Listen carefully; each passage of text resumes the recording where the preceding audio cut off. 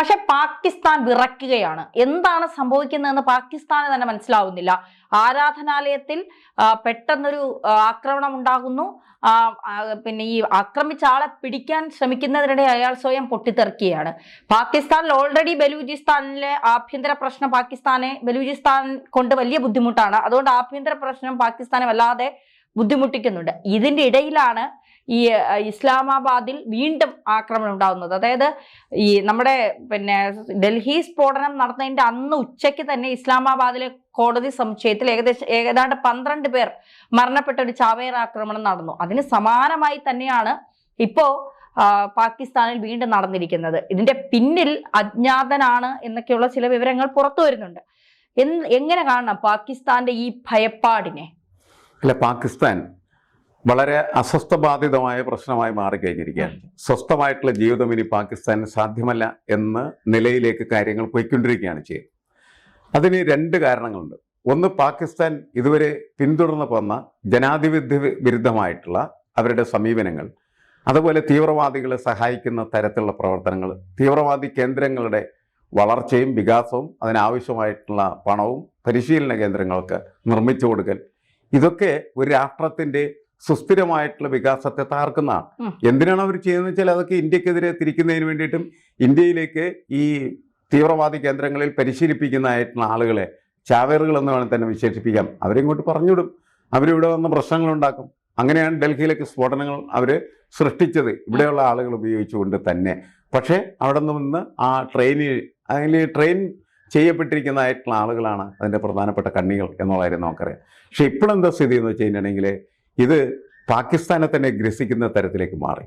അവിടെ ഏറ്റവും വലിയ പ്രശ്നം ആയിട്ട് ഉയർന്നു വന്നിരിക്കുന്നത് ബലൂചിസ്ഥാൻ ലിബറേഷൻ ആർമിയുടെ പ്രവർത്തനങ്ങളാണ്.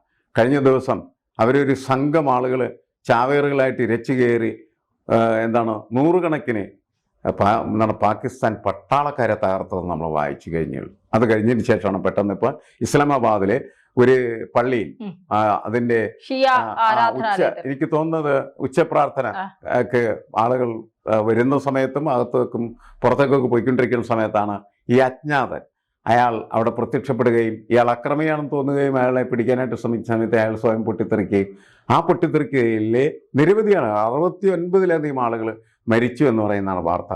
ഏതാണ്ട് 170ഓളം പേര് ഗുരുതരമായിട്ടുള്ള പരിക്കേറ്റ് കഴിഞ്ഞിരിക്കുന്നു. അപ്പോൾ എത്ര ഭീകരമായിട്ടുള്ള ഒരു പൊട്ടിത്തെറിയായിരിക്കണം നടന്നിട്ടുള്ളത്. ഈ അജ്ഞാതൻ പല ഘട്ടങ്ങളിലും വ്യാഖ്യാനങ്ങൾ വരുന്ന സമയത്ത് ഇന്ത്യക്കാർ പറഞ്ഞയക്കുന്ന ആളുകളാണ് എന്ന് പാകിസ്ഥാൻ ഇങ്ങനെ പറഞ്ഞുകൊണ്ടിരിക്കുകയാണ് ചെയ്യുന്നത്. ഇപ്പം ഇന്ത്യയിൽ സ്ഫോടനങ്ങൾ അവരുണ്ടാക്കുന്നുണ്ട്. അതിൻ്റെ ഒരു റിഫ്ലക്ഷൻ എന്ന നിലയ്ക്ക് ഇന്ത്യയും അത്തരം പരിപാടികളിൽ ഏർപ്പെട്ടിരിക്കുന്നു എന്നത് പാകിസ്ഥാന്റെ ആരോപണം മാത്രമാണ്. നമുക്കറിയില്ല ഈ അജ്ഞാത എങ്ങനെയാണ് ഇങ്ങനെ പൊട്ടിത്തെറിച്ച് തകർത്ത് തരിപ്പണമാക്കിക്കൊണ്ടിരിക്കണം എന്നുള്ളത്. എന്തായാലും അതിൻ്റെ വിശദാംശങ്ങൾ കുറച്ചുകൂടി നമുക്ക് നമ്മുടെ പ്രേക്ഷകരുമായിട്ട് പങ്കുവെക്കുന്നത് നല്ലതാണ്. അതൊന്ന് പറഞ്ഞാൽ. പക്ഷേ അതായത് ഇപ്പോ ഇസ്ലാമാബാദിലുണ്ടായ ചാവേർ ആക്രമണത്തിൽ ഏകദേശം 61ഓളം പേർ മരിച്ചു, 169 പേർക്ക് പരിക്കെന്നാണ് വിവരം വരുന്നത്. ഈ അക്രമിയെ തടഞ്ഞെങ്കിലും അതായത് ഇസ്ലാമാബാദിന്റെ ഫെഡറൽ തലസ്ഥാനമായ ഷെഖ്സാദ് ടൗൺ പ്രദേശത്തെ തർലൈ ഇമാബർഗിലെ വെള്ളിയാഴ്ചയുള്ള പ്രാർത്ഥനയ്ക്കിടെയാണ് സ്ഫോടനം ഉണ്ടായത്. ആരാധനാലയത്തിന്റെ ഗേറ്റിൽ വെച്ച് അക്രമിയെ തടഞ്ഞെങ്കിലും സ്വയം പൊട്ടിത്തെറിക്കുക എന്നാണ് പോലീസ് പറയുന്നത്. ഗുരുതരമായി പരിക്കേറ്റ നിരവധി പേരെ ആശുപത്രിയിലേക്ക് മാറ്റിയിട്ടുണ്ട് എന്ന് പാക് പോലീസ് ഉദ്യോഗസ്ഥൻ തന്നെ പറയുന്നുണ്ട്. മാത്രമല്ല ഈ ഉസ്ബെക്ക് പ്രസിഡന്റ് ഷൗക്കത്ത് മിർസോവിന്റെ പാകിസ്ഥാൻ സന്ദർശനത്തിനിടെയാണ് ഈ വീണ്ടും ഇത്തരം ഒരു പ്രശ്നം ഉണ്ടായിരിക്കുന്നത് എന്നുള്ളതാണ് ഏറ്റവും പ്രധാനപ്പെട്ട കാര്യം. മാത്രമല്ല ഈ ആക്രമണത്തിന്റെ ഉത്തരവാദിത്വം ഏറ്റെടുത്തുകൊണ്ട് ഇതുവരെ ഒരു സംഘടന രംഗത്തെത്തിയില്ല. പക്ഷേ അക്രമി വിദേശ പൗരനെന്ന് സംശയിക്കുന്നതാണ് പാകിസ്ഥാൻ പറയുന്നത്. അവിടത്തുകാരനല്ല, വിദേശി എന്നാണ് പാകിസ്ഥാൻ പറയുന്നത്. അതുകൊണ്ട് തന്നെ ഈ താലിബാന്റെ ശാഖയായ ഫിറ്റ്ന അൽ ഖ്വാരാജിയുമായി ആക്രമണത്തിന് ബന്ധമുണ്ട് എന്ന് പാക് പോലീസ് പറയുന്നു. പക്ഷെ താലിബാനോ അതിന്റെ ശാഖയായ ഈ ഫിറ്റ്നയോ ഇതിനെക്കുറിച്ച് ഇതുവരെ ഒരു കാര്യവും പറഞ്ഞിട്ടില്ല. നമ്മൾ തുടക്കത്തിൽ സൂചിപ്പിച്ചതുപോലെ ഇസ്ലാമാബാദിലെ ജില്ലാ സെഷൻസ് കോടതി സമുച്ചയത്തിന് പുറത്തുണ്ടായ ചാവേർ ആക്രമണത്തിൽ 12 പേരാണെന്ന് മരിച്ചത്. ഈ 3 മാസത്തിനിടെ വീണ്ടും പാകിസ്ഥാൻ വിറപ്പിച്ചുകൊണ്ട് അടുത്ത പ്രശ്നം ഉണ്ടായിരിക്കുന്നു. ഈ കാറ്റ് വിതച്ചവൻ കൊടുങ്കാറ്റ് കൊയ്യൂ എന്ന് പറഞ്ഞതുപോലെയാണ് ഇപ്പൊ പാകിസ്ഥാന്റെ അവസ്ഥ. ഭയങ്കരമായി പാകിസ്ഥാൻ അങ്ങ് തകർന്ന് തരിപ്പണമായിക്കൊണ്ടിരിക്കുകയാണ്. ഇതിനപ്പുറം ബലൂചിസ്ഥാൻ പ്രവിശ്യയിൽ സംഘർഷം രൂക്ഷമാകുന്നതിന്റെ പശ്ചാത്തലവും അവിടെയുണ്ട്. കഴിഞ്ഞ മാസം ബലൂചിസ്ഥാൻ ലിബറേഷൻ ആർമി നടത്തിയ പ്രകോപിത ആക്രമണങ്ങളിലും തുടർന്നുണ്ടായ പ്രത്യാക്രമണങ്ങളിലും 200ഓളം പേർ കൊല്ലപ്പെട്ടിരുന്നു. അതിന് പിന്നാലെയാണ് പാകിസ്ഥാനിൽ വീണ്ടും ഇത്തരം ഒരു സംഭവ വികാസങ്ങൾ ഉണ്ടാകുന്നത് എന്നുള്ളതാണ് യാഥാർത്ഥ്യം. ഈ പാകിസ്ഥാനെ സംബന്ധിച്ചിടത്തോളം പലപ്പോഴും ഇതുപോലെ അജ്ഞാതന്മാർ കയറി ഇറങ്ങി ഈ പല ആളുകളെയും കൊല്ലുന്നതും, അതായത് ഭീകരവാദികളുടെ തലവരെയൊക്കെ കൊല്ലുന്നത് നമ്മൾ കണ്ടിട്ടുണ്ട്.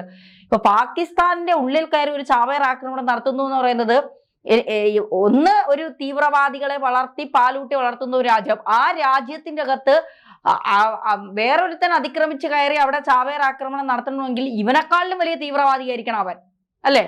അതെ, ഇത് തീവ്രവാദ ട്രെയിനിങ് സെന്ററുകൾ നടത്തുന്ന രാഷ്ട്രങ്ങൾ മനസ്സിലാക്കേണ്ട കാര്യം എന്ന് വെച്ചാൽ ആദ്യ കാലഘട്ടങ്ങളിലെല്ലാം ഇവർ ശത്രുക്കൾക്കെതിരെ ഉപയോഗിക്കാൻ പറ്റുന്ന ആയുധങ്ങളായിരിക്കും എന്നുള്ളത് ശരിയാണ്.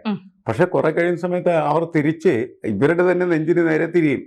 അങ്ങനെ തിരിഞ്ഞ ഒരു സാഹചര്യത്തിലാണ് ഇപ്പൊ പാകിസ്ഥാൻ എത്തിക്കഴിഞ്ഞിരിക്കുന്നത്.